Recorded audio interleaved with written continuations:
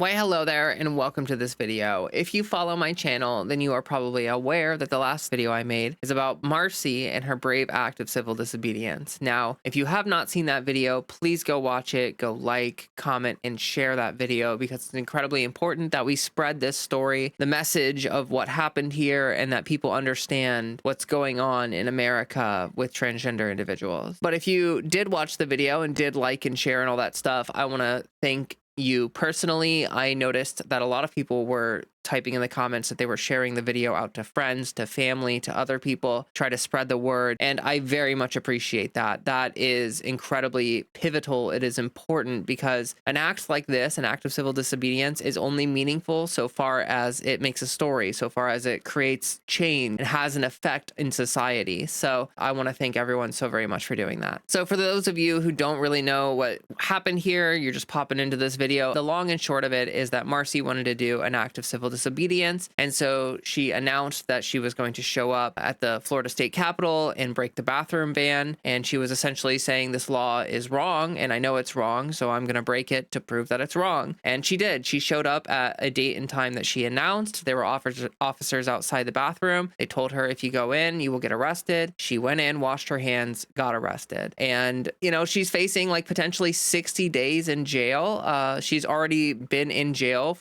she was held for 25 hours or like a full day or so in a men's facility, and she faces potentially 60 days of jail time in a men's facility. So this is something that is incredibly serious, and that's why it's so brave of her to do something like this, because she's really putting her life and her body and safety on the line. So I want to shout her out and, you know, thank her for her bravery and her courage. I don't think she'll watch this, but that's, yeah, I just wanted to do that. Marcy has been on social media engaging with folks, and she has also conducted interviews. For today's video, I want to focus on an interview Marcy did with Dead Domain. I thought this was an amazing interview. I think it's very worth watching and listening. I think that the questions Dead Domain asked were really good. I think that it kind of cut to the heart of the matter, and we got a lot of insight into the way Marcy thinks. What kind of political ideology does she have? That kind of stuff. It's all there. I think it's definitely worth a listen. You should check out the Domain's channel. They do amazing work, and this interview is also amazing work. I will not be going over the entire interview. I'll provide links in the description of the video. So if you want to go give it a listen in entirety, I recommend it. Go do that. What she says here to some people is going to be kind of unbelievable. And so we're gonna take a listen to what Marcy has to say, and then we will, you know, we'll get talking. So let's just go ahead and listen to this. We will come back after and chat.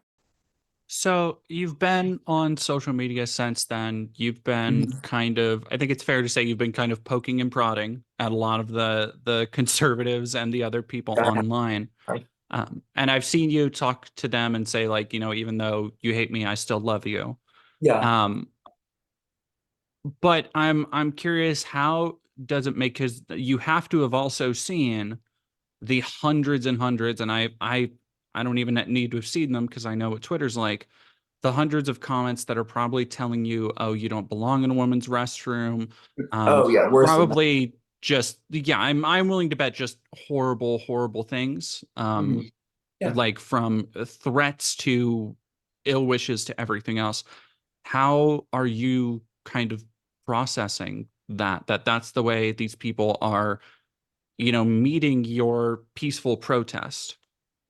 Yeah, I'll be honest with you. I was actually reading some of them before this interview, and I actually kind of wanted to cry a little bit, but I still love them. You know, like they just want us to get angry and to say and to just they want to get us a reaction out of us, and you know, love is the ultimate undoer of like, no, I'm not gonna hate you.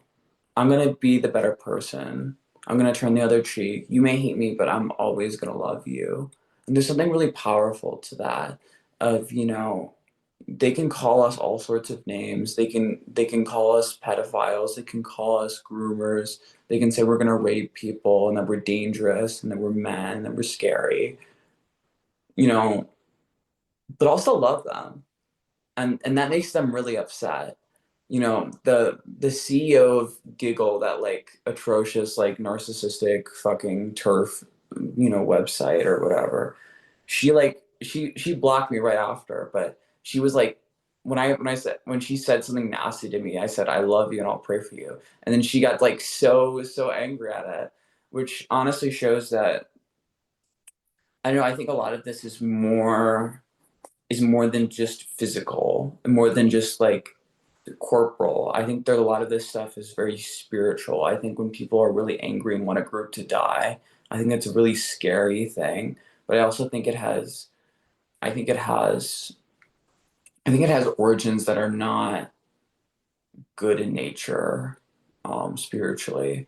And I'm trying to like say this without sounding like a loony religious nut, but I think when someone just virulently hates a group of people, whether that's black people or gay people or women or trans people or Jewish people, I think there's something deeply spiritually wrong there. And there's a bad influence there. You know, the thing that will make them the most angry is just telling them you love them.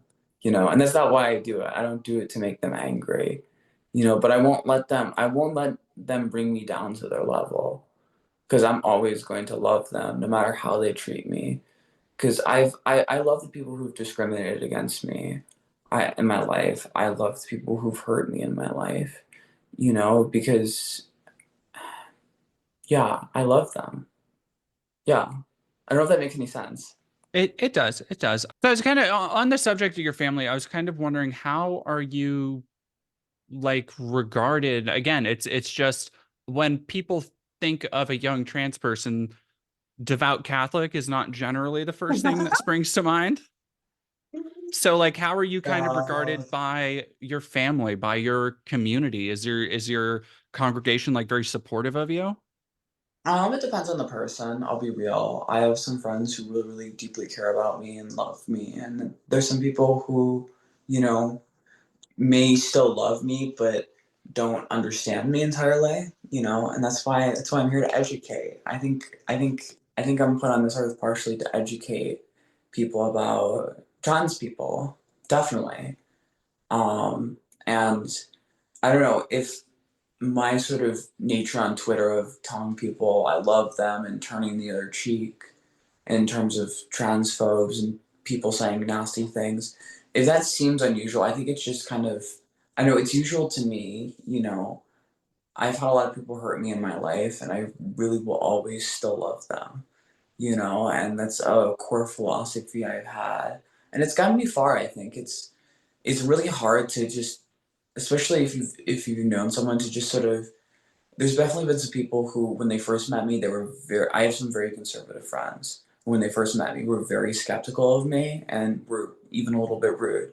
But when they got to know me, they're like, I totally changed their opinion on trans people just by knowing me.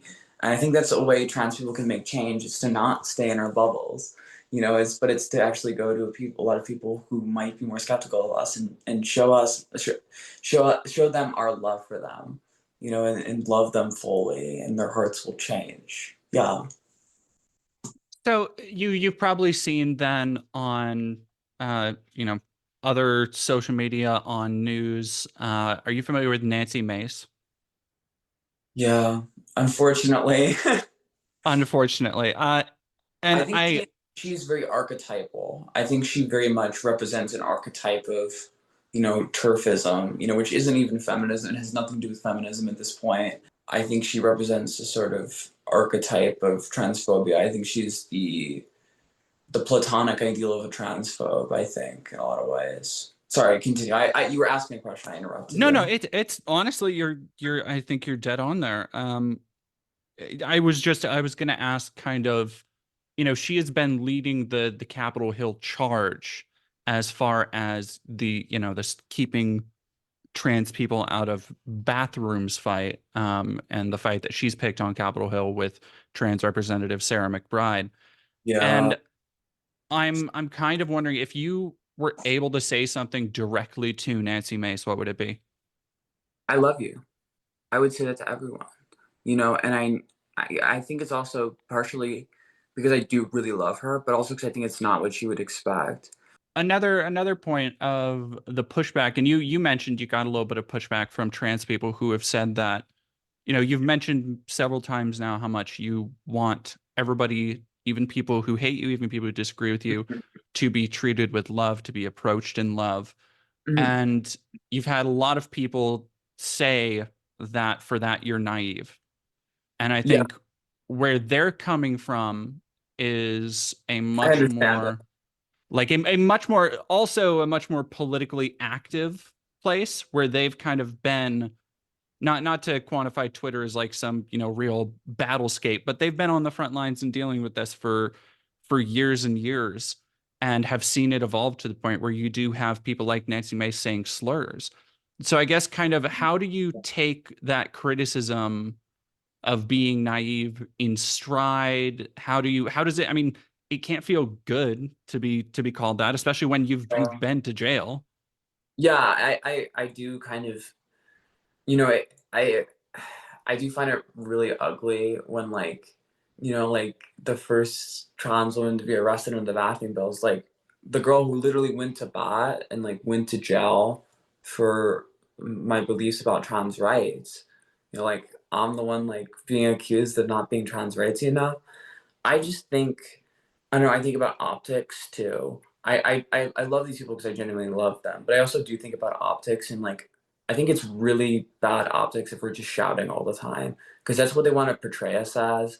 And it's not really true that we're just like these angry, hyper political people.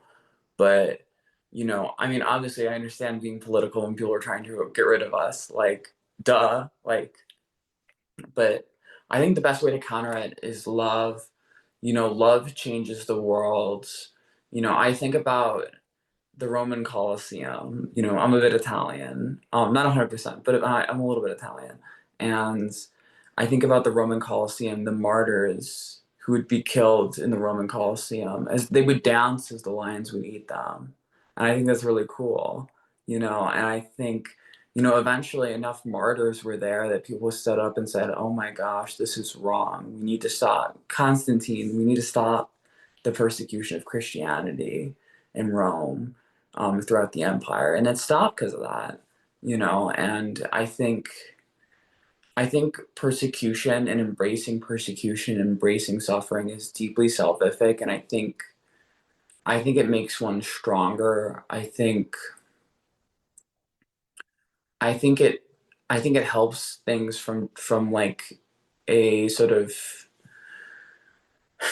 it helps things from an object perspective, yes, but it also helps things on a deeper spiritual level, I think. And like that might be hard for some people from different perspectives to understand, and I get that. But I really do believe, yeah, I do believe in the sanctity of suffering. I just want to start off by saying I think Marcy is a very thoughtful young lady. I think that she is way more intelligent than she gives herself credit for. She said a couple times during the interview that she doesn't feel like a very thoughtful person, but I think that that is completely proven wrong by this entire interview where she's very thoughtful. And even though she might not know enough about like specific political ideologies and the distinctions between them and all that stuff, like I think that her sense of politics instinctually is good. And I think that her instincts or her way of approaching people it's thoughtful and it's kind, and I appreciate it a lot. So I just wanted to start off by saying that, but now I'm going to go ahead and jump into the bullet points that I have written down here. So first of all, relationships are complicated. That's the first thing I have written down here, and that's true. Relationships are complicated. I think a lot of the times when we are online, we tend to see a lot of kind of like black and white thinking about relationships as trans folk. Like we tend to think of people as allies or transphobes, and we don't tend to view people in a very messy in between way. Like we tend to label people as like this person is for sure a transphobe or this person is for sure an ally. And I just don't think that things are ever really that clean cut. And I think it's actually dangerous thinking for us to try to simplify relationships down into basic categorizations that aren't actually helpful in a lot of situations. And I think that there's this thing that happens where like if you say someone is something, then they sort of start to become that in a way. Like you are how you try to present to be, but you're also how other people see you. And so if everyone sees you as a certain thing, you sort of become that thing. to those people. And this is something that's really powerful with the social mind, essentially. Like, we have the ability to distinguish between different relationships and different, nuances between those things. But if we start to boil everything down into something really simple, you start to get like confirmation bias and stuff like that. Like, this is a little bit complicated to explain, but essentially, if you believe someone is a transphobe, you are going to search for, confirmation that they are a transphobe, and then you are going to feed into that thought process, and you're going to interact with them in a way that you would interact with a transphobe, and therefore probably push them away even more in the process, and alienate them from our community even more in the process. And when we try to put a simple label and put them in a clean box or a clean category, we tend to start to force people into that category, even when they might be trying to leave that categorization, or they might be growing or doing whatever. We tend to ignore that stuff and focus on what we think people, like who we think people are, not who they actually are. Now, I'm gonna have to give some caveats, because I do know that there are people online that have a certain way of thinking, and they're gonna hear me talk like this, and they're gonna be like, oh my god, are you saying J.K. Rowling is like a great person, or she's not a transphobe? And I want to be very clear. Like, there are people that are very clearly bigots, like very clearly hateful. They are rooted in, they are not changing, they don't want to change. I just want to make it very clear, like, we're not talking about like Matt Walsh and J.K. Rowling and all of these other people like Charlie Kirk, who are like very serious bigots. Like, these people are ideologically bigoted. So like, we're not talking about them. We're talking about like real people that have messy, complicated beliefs and opinions, and are often built on emotions or interactions they have with other people, or whatever. So just want to be super clear about that. Next thing I want to say is that I think that the way that Marcy approaches this is really principled. Like, I think she's a really principled individual. So like, to give an example of what I mean by this, like, we tend to talk about free speech, right? We want people to be free, to have free speech. Great. We love that. Now, of course, there are limitations to free speech, which are very clearly defined, in the sense that, like, if it's a law, or if it's inciting violence, like, there are certain things that cause something to no longer be free speech. But if someone disagrees with you, it is not very principled to be like, I care about free speech, but if you disagree with me, I want to silence and censor you. And now, this is something people on the right do all the time. They say, oh, we love free speech. We love free speech. We love it so much. And then you have like Elon Musk, the supposed free speech champion, banning reporters off of his, social media platform, Twitter or whatever. And you know what I mean? Like, it's just very unprincipled. Like, he doesn't actually care about free speech. He cares about whatever is serving his agenda at that time. And I think that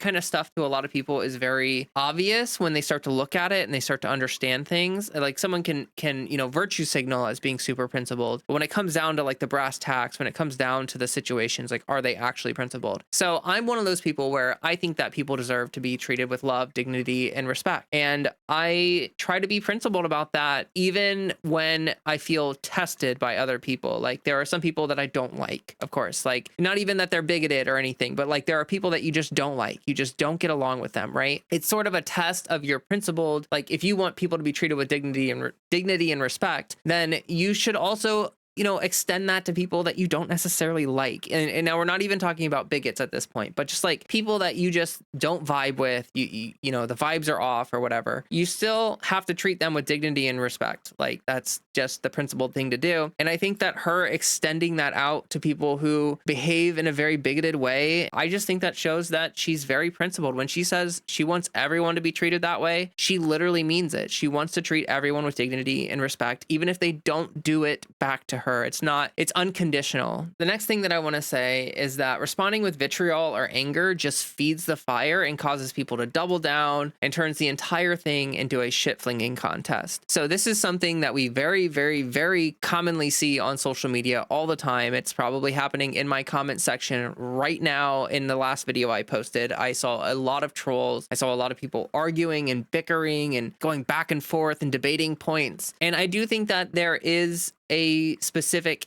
case for that, like a specific use case for that, where like, if you're doing it very publicly, Like if you have two content creators who are really digging in and going back and forth and debating points and getting really into the nitty gritty. And I think that that has value in that specific situation. But when you are just arguing with some random person on Twitter in replies, like no one's reading that, no one's paying attention, no one cares, you're not doing anything effectual, and you're literally just feeding the fire. Like when people have a position and you come back with, well, no, you're wrong because I said I'm right and this is right and this is right and you're wrong. People are naturally defensive. People are likely to seek to confirm their beliefs. They are not likely to seek to prove their beliefs wrong. Like that goes against human nature to seek to disprove your own positions. And now if someone does go and they seek to disprove their own positions and find that their positions are correct, that is, you know, that's kind of how we work through our beliefs and refine our beliefs over time. Is you sit with yourself and you say, I believe something to be true. Is it actually true? And you work through that. And if you come to the conclusion that it is true, congratulations, you had a belief that you can hold on to. But if someone came up to you and they were like, this thing that you believe, it's stupid, you're stupid, and you shouldn't believe that. And if you believe that, you're stupid and you're a bad person and I hate you. That person is not going to be like, oh, you know what? You're right. You're right. I do deserve to be hated. I'm a terrible person. I'm awful. I'm bigoted, whatever. Like people don't behave in that sort of fashion. If you call someone that kind of thing, they will just double down, triple down, and they will just keep trying to find ways to counter you and argue against you. And in a way, you're actually refining their bigoted positions for them by giving them practice in arguing against, you know, like there's this happens a lot in political areas where you're taught how to respond to certain statements from the other side. And this is sort of just practicing like, oh, when they say this, you say this. And so it's just, you know what I mean? It's just a shit flinging contest. Like you're just throwing shit at each other and nothing is getting done. Okay, next part I want to say is that optically, we look more empathetic, personable, inclusive, and understanding when we respond in this way. When we respond like woke scolds and well, actually, you're wrong because, you know, human rights or trans rights are human rights. And you know, seriously, I know some people are going to get mad at me for the way I'm talking and the way that I'm representing certain people online. But like, it is very true that's how we come across to some people. And, you know, you may feel like you're standing up for for people that need to be stood up for. And you may feel like you're making good points and you may feel like you're doing the right thing. But it's kind of partially about optics. And when random people see a trans person like shouting down someone or, you know, very angrily educating them about a specific topic, it just kind of makes us look like mean people. Like we don't want to see growth out of people. We're not willing to forgive. We're not willing to move past or move forward. And I think that it kind of drives people away from the left. I know personally in my own life, I used to be what I considered a centrist, which is obviously just sort of like right-wing apology stuff, like where you're like, oh, you know, I'm not really on the right. I'm sort of a centrist, but I was raised in a red state. So I was raised around this right-wing ethos. And for a long time, I shied away from left-wing politics and getting more educated on left-wing politics and getting involved with left-wing politics. I shied away from that for a long time because I'm not going to lie, I just thought that left-wing people were kind of mean and unforgiving. And I used to say things that were politically incorrect or used to behave in a way that was, you know, not like kosher or cool on the left. And I kind of felt like that barred me from entrance to the left. Like I didn't feel like I had room to grow. I felt like I was not allowed to be on the left because I didn't fit specific leftist social norms or whatever. So I know it's not all about optics, like principles are important. And again, I think that she's actually being very principled behaving in this way towards people. But I do think that optically as well, this helps people realize that like, no, we don't want people to be bigots, but yes, the people do turn over a new leaf. People do change. People do grow. That does happen. So we need to be understanding of that and accepting of people who are willing to put in the work to grow. And then we also need to like lay out a path for them. Like there needs to be a path forward. I feel like this is part of the issue why young men are so alienated from the left. We just make it seem like there's no path towards the left. You know what I mean? Like the right is willing to bring them into the fold no matter what. And they look at the left and they sort of feel like, these people don't really want me here. Okay, next point, really short one. Some of these people are bots. Like, you're arguing with people on Twitter, and like there's a good chance that a large chunk of them are like Russian bots. Like, that is a real thing online, especially nowadays. It is worse than ever. And you just like, you are not necessarily debating or arguing or bickering with a real person. You are probably like debating or bickering or arguing with some form of AI bot, and that is like the definition of just punching yourself in the face over and over. Like, you are doing nothing but harming yourself. And that is the next point that I want to make, actually, is that it's not good for you. Like, it's not good for your mental health to be on Twitter and to engage with these people and bicker and argue and go back and forth and check your notifications all day. I've done it. Heck, sometimes I still do it. Like, the only time that I really bicker with people in my comment sections is when I think that there's like a broader audience watching, right? There are people that are going to read my replies. They're going to wonder, like, how do you respond to when someone says something like that? Now, again, that's part of that whole like thing I was talking about, where it's like, oh, when they say this, you say this. Like, it's the back and forth thing happening again. And so, like, I'm not perfect. I still engage with that in a way, but I've learned to detach myself emotionally from it so that I'm not like fuming while typing out these comments and responses to people. Like, honestly, I'm just sort of going through the motions, saying what I'm gonna say so that people can see, like, you know, this is my response to when someone comes at me with this specific claim or statement or bigoted thought or whatever. This is how I respond to that. But like, for real, I could be better about that. Like, do I really need to be responding to these people and like engaging with them? Even if I just give a single response, you know, which is what I do. I don't go back and forth forever and ever. I just, like, someone will say something, there's my response, I move on with my day. But even then, like, I feel like I could be better about that. Like it is draining in a sense for me to engage with these people, even if it's not very emotionally draining for me. It drains time. And that's my next bullet point, that like doing this back and forth stuff, culture war arguing stuff, it drains a lot of time, and it's not effective advocacy. If there's one thing I want you to take away from this, it's that, like, going online and arguing with people on Twitter about trans rights, it's not effective advocacy. You're not affecting any change. You're not pushing the agenda forward. You're not doing anything real. You're not doing anything that helps anyone. And it's just like a time sink. Like, that time that you're doing that, you could be calling a representative. You could be there's a whole number of things that you could be doing that would be more politically effective than just like bickering with people on Twitter. And the last point I'm going to make here, and this one might be kind of obvious to some people, but I just want to say, like, some people are going to be ignorant and hateful, and like, we can't stop that. We live in a cis heteronormative culture where it's like you grow up being essentially groomed to be a cis heteronormative person, and that's kind of just what our society does. Especially if you grow up in a red state, that stuff can be a lot more powerful and a lot more pervasive into like your upbringing and stuff like that. But like, we can't stop people from being hateful or ignorant. We shouldn't be shocked every time it happens. Like, every time someone says something bigoted, we can't have this meltdown of like, I can't believe you're doing this thing. Because like, I've met bigots before, I've engaged with bigots before. Like, it doesn't surprise me anymore. It doesn't, like, I don't read the message and go, oh my God, how could you think such a thing? How could you say such a thing? It's like, yeah, there you are. Like, there's your stupid position that you have. Like, you know, it's just, we have to be more matter of fact about it. I think that, again, part of the optics thing, like, every time someone does something stupid or hateful or whatever, if we just have like this big mental breakdown and meltdown, and it makes us look bad. And, you know, I hate to be talking about optics in this situation, because that's not necessarily the most important part of this conversation. But yeah, no, it's definitely real that like we need to be careful about how we respond to people. And, you know, just check yourself. If you start to notice, like, every time someone says something that doesn't fit your mold, you crash out at them and freak out at them. Like, you know, just maybe realize that it shouldn't be that shocking that some people are just stupid, because some people are just stupid. This really isn't a bullet point, but basically the last thing that I'm going to say before we start wrapping up the video is that she talked about spirituality, and talked about how, like, when someone is willing to hate on a minority population and willing to put that much energy and time and effort into hate, that there's something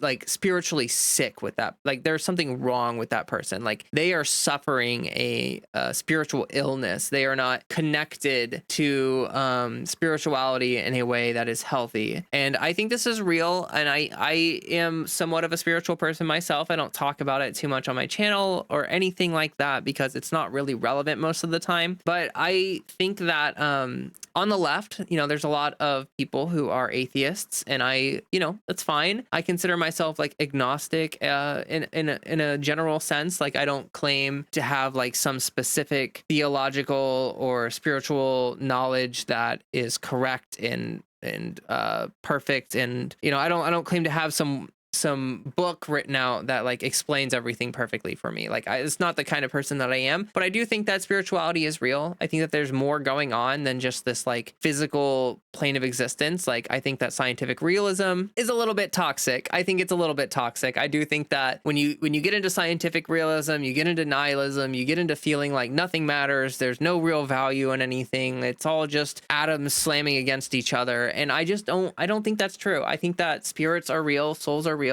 And I agree with Marcy. When people act in this way, they are simply showing how spiritually sick they are. Like you should be able to look at any person and recognize yourself in them. Like you should be able to recognize the humanity in them. And how even when they're imperfect or they're mean or cruel or whatever, like that's human too. And, maybe you're a perfect person. Maybe I don't know you or whatever, but like maybe you're a perfect person, but maybe you've also said some shitty things from time to time. Maybe you've also been a mean person before. Maybe you've also thought some hateful thoughts or been a bad person from time to time, cheated, lied, stole, whatever. It doesn't matter. What matters is that we understand that these people are suffering spiritually. Like hateful people are suffering from an inability to recognize I guess to use the term Godhead from like Buddhism, but like everyone is you and you are everyone. Like you should be able to see yourself reflected in other people, and even when they're not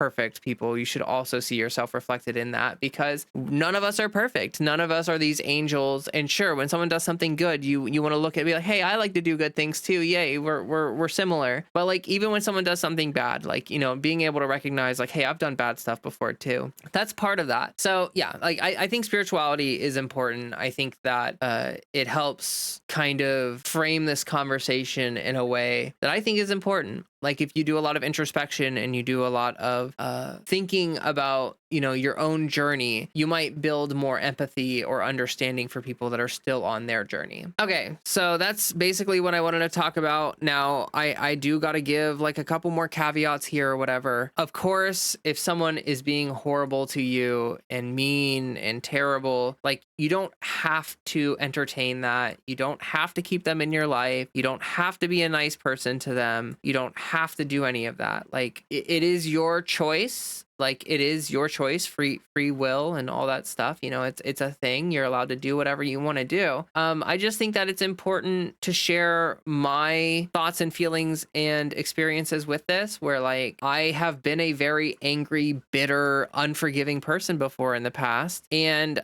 I saw how that reflected in my relationships with people. And now that I've grown up a little bit and I've realized that, hey, like, I used to be a crappy person. Some other people used to be crappy people. Like we can grow and change and adapt and all that stuff is real. It has helped me kind of arrive at a more empathetic understanding of other people and their journeys. So I hope that this video speaks to people. I know that I have talked about this in the past, like one of my previous really large videos that blew up. I was talking about how we need to try to focus more on outreach as a community. We need to try to focus on not just being woke scoldy and trying to bring people into the fold rather than push people out of the fold, that kind of thing. And this is just a very much that conversation in detail in a deeper sense framed with Marcy's interview here with Dead Domain. Again, go give the entire interview a listen. I think it's a great interview, but I just wanted to talk about this topic because I think that it's actually an unpopular position on the left. I think that what I'm talking about here will get received with a certain level of disdain from other people. I think some people are probably going to call me naive or whatever they want to call me, and that's fine. You know, people can react to this however they want to react to it. I'm not here to like control what people think or how they react to my content. I just want to be honest about my positions and how I feel and think about things. Like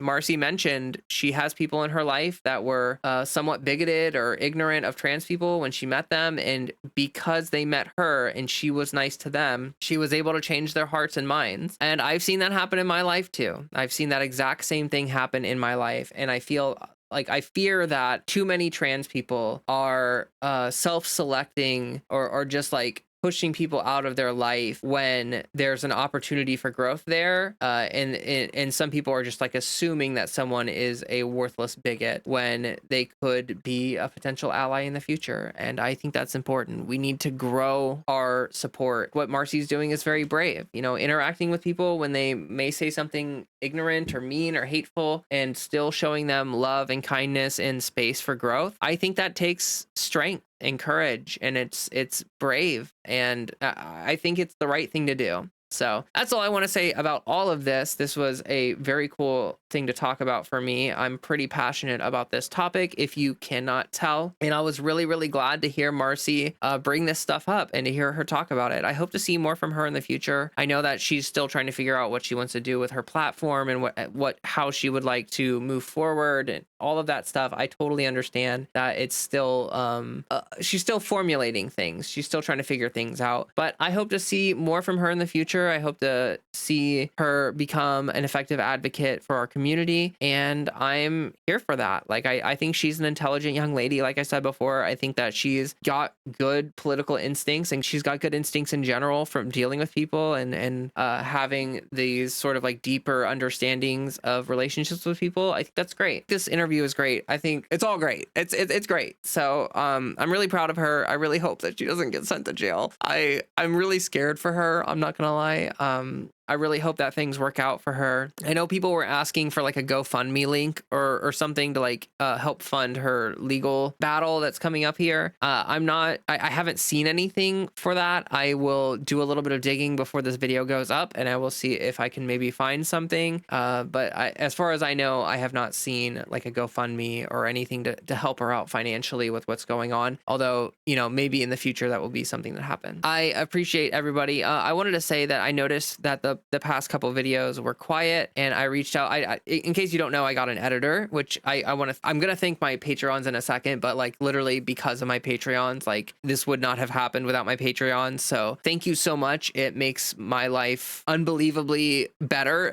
It makes like the burnout is no longer eating me alive. I am no longer burning the candle at both ends. I'm still very busy and I'm a bit overworked, but like for real, doing the editing and the recording by myself while working a full-time job and trying to live life was very stressful, very hard. And so like this gives me quite a bit of a reprieve. It allows me to focus more on preparing for the show, on doing the recording, giving it my all in the recording. I can just do this part, and then you know, my editor, bless her heart, can do the rest of it for me. But yeah, I kind of got away from my point there. I got a little bit distracted, but yes, I noticed that the last couple videos were a bit quiet. And so I let my editor know that like I used to bump up the audio of my videos, like 6 decibels or so in editing to try to make it a bit louder out on the platform and stuff like that. So hopefully this video, that should be a fixed thing. It should no longer be quieter.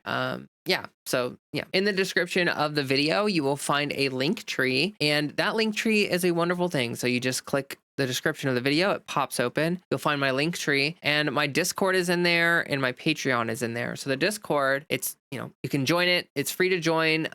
We are 18 plus now because like my channel covers some pretty heavy topics. We talk about political stuff. It's just very kind of like mature discussion kind of stuff, like, you know, very serious topics. So we went ahead and made it 18 plus for that reason. But other than that, there's no restrictions. So you can feel free to join. We've got a large community of people in there that are trying to support each other. They're trying to organize locally. There's all sorts of wonderful stuff happening in there, and I would love to see you in there as well. If you're trying to build a support network, if you're trying to meet other people in your state, if you're trying to find just ways to stay up with the news, we have a wonderful, wonderful mod who spends a lot of time curating news and sharing it with the Discord so that people can stay up to date about what's going on. I appreciate her very much for doing that because she really doesn't have to, but it's important, and she really does a great job of it. Like, seriously, I feel like she's an amazing news curator, and I'm happy to have her helping us out with that. And I want to shout out my Patreons. Thank you so much. You guys helped me get an editor, and that's wonderful. I'm also working on trying to put out more content. Like, I want to try to do some like YouTube shorts. I feel like that'll help my reach. It'll help me grow the audience a bit. It'll help me get some more views out there, make more people aware of what I'm doing here. So thank you. Thank you very much. I appreciate all of my Patreons a bunch. You will see names popping up on the screen right now. There will be names flashing up there. These are all my paid Patreons outside of my super supporters. And now I want to shout out my super supporters personally. So my super supporters are the individuals that have my top tier subscription, and they help me a bunch in putting out this content and growing my channel. So I want to thank all of them personally. We have Kate, we have Fiona Dobson, Cal Fiore, Jasmine Wilson, Maddie, Trisha Pizafred, Katie Bug, Sarah J. Buck, Nikki Notzel, Sarah, and Sam Howard. So again, thank you guys so very much for your support. I really appreciate it. Couldn't do it without you. All of that great stuff. And yeah, I'm going to go ahead and start wrapping up this video, get this sent off to the editor, and get her going. I have a stream coming up here on Sunday, on Easter Sunday. I will be streaming. So if you want to spend a little bit of time with me on 420, then you're more than welcome to do so. I will be here streaming on the platform, probably between like 5 and 7 p.m. EST is when I will start the stream. Usually go for at least 2-3 hours. So it's always a great time. I engage with chat. I love it. It's honestly, streaming is one of my favorite parts about content creating. I love engaging with my audience and hearing from people and having thoughtful discussions. All of that really just feeds my soul. So I hope to see you there. I hope to engage with you in my live streams or engage with you in my Discord. I'm in there daily as well. But other than that, I'm gonna get out of here. I'm gonna wrap this up. I'm gonna get the heck out of here. So that just means there's one thing left for me to do, and that is for me to beg you to drink some water.